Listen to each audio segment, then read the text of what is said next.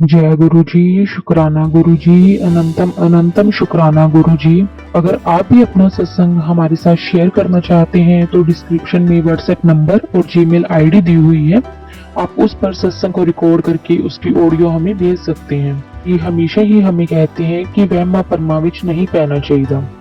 संगत जी, बहुत सुंदर सत्संग है। सत्संग को पूरा जरूर सुने। सत्संग शुरू करने से पहले गुरु जी के चरणों में कोटि कोटि प्रणाम और सारी संगत को जय गुरु जी। गुरु जी से मिलने से पहले, गुरु जी से कनेक्शन होने से पहले 2012 में उन्हें पहली बार गुरु जी के बारे में पता चला। उससे पहले उनकी लाइफ ऐसी थी, ना कोई लाइफ में पीस था, ना पैसा था, ना घर था, ना हेल्थ थी। कुछ भी अच्छा नहीं चल रहा था। हर दिन ऐसा था जैसे सब कुछ खत्म हो रहा है। उस टाइम तक वो गुरु जी से नहीं जुड़े थे। वो इधर उधर कभी किसी एस्ट्रोलॉजर के पास जाते तो कभी किसी।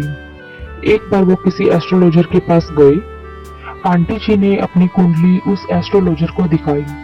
एस्ट्रोलॉजर ने आंटी को बताया कि आप पर केतु की महादशा चल रही है और मंगल भी कमजोर है, जिस कारण आंटी जी के मेजर एक्सीडेंट होने के काफी चांसेस हैं।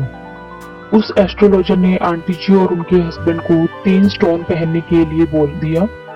और उस एस्ट्रोलॉजर ने जब अंकल जी यानी कि आंटी जी के हस्बैंड की कुंडली देखी तो कहा अंकल जी भी मंगलिक हैं, जिसके कारण आंटी जी हमेशा बीमार ही रहेंगी। जब उस एस्ट्रोलॉजर ने ये सब कहा तो आंटी अंकल दोनों काफी परेशान रहने लगे।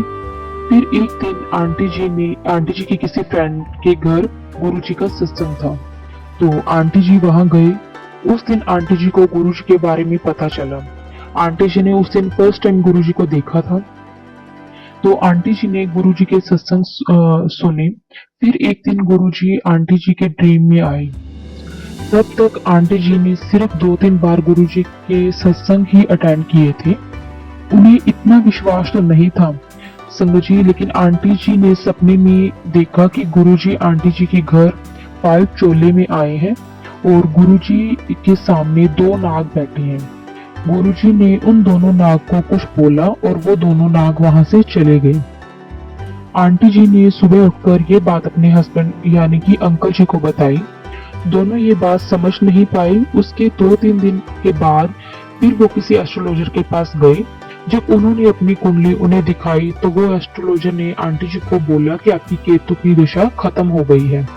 सब इस बात को सुनकर हैरान हो गए।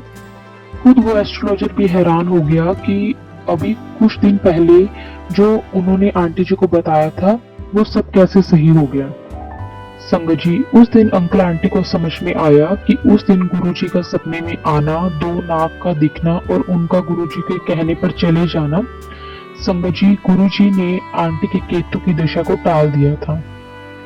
संगत जी, उस दिन के बाद अभी तक आंटी जी को कोई हेल्थ प्रॉब्लम नहीं हुई, ना कोई एक्सीडेंट, कुछ भी नहीं। सब कुछ ठीक होने लगा। अंकल आंटी की फाइनेंशियल कंडीशन भी काफी बेटर हो गई। संगत जी, अंकल आंटी जब से गुरुजी की शरण में गए, जो जो बातें एस्ट्रोलॉजर ने कही संगत जी, वो सब गुरुजी ने गलत साबित कर दी। इसलिए संगत जी, गुरुजी हमें हमेशा समझाते हैं कि कभी भी हमें एस्ट्रोलॉजर के पास नहीं जाना चाहिए, क्योंकि उन्हें पूरा ज्ञान नहीं होता, जिसके कारण हम अपना हर एक दिन किसी न किसी टेंशन में ही निकालते हैं, क्योंकि उनकी बातें हमारे दिमाग में बैठ जाती हैं। कुछ सही भी होता है फिर भी हमें वो गलत ही लगता है। इसलिए गुरुजी कहते हैं हमें वहमों भरमों से दूर रहना चाहिए, वहमों भरमों में नहीं पड़ना चाहिए। हमें गुरुजी के से डायरेक्ट कनेक्शन बनाना चाहिए। अपने मन की बात जो भी प्रॉब्लम हो सिर्फ गुरुजी के साथ ही शेयर करनी चाहिए। उसके बाद से संगत जी, अंकल आंटी कभी किसी एस्ट्रोलॉजर के पास नहीं गए, ना ही किसी तरह के स्टोन पहनते हैं। अब सिर्फ गुरुजी का स्वरूप ही उनके घर पर है।